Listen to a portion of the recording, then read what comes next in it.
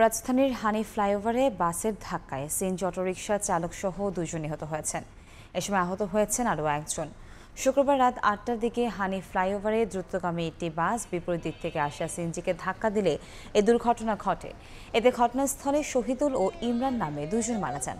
আহত রফিককে গুরুতর অবস্থায় হোম কেয়ার হাসপাতালে ভর্তি করা হয়েছে। বাকি 2 জনের মরদেহ ঢাকা মেডিকেল কলেজ হাসপাতালে মর্গে রাখা হয়েছে।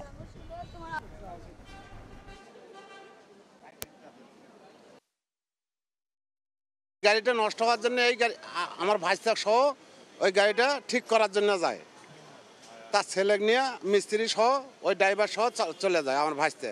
যাওয়ার পরে গাড়িটা যেটা নষ্ট রাস্তার মাঝে ফ্লাইওভারের মাঝে, তো গাড়িটা ঠিক করা যায়, পিছে থেকে অন্য একটা গাড়ি বাজে দুটোটা গাড়ি মারিয়ে দিছে, দিয়া 2 জন মারা গেছে।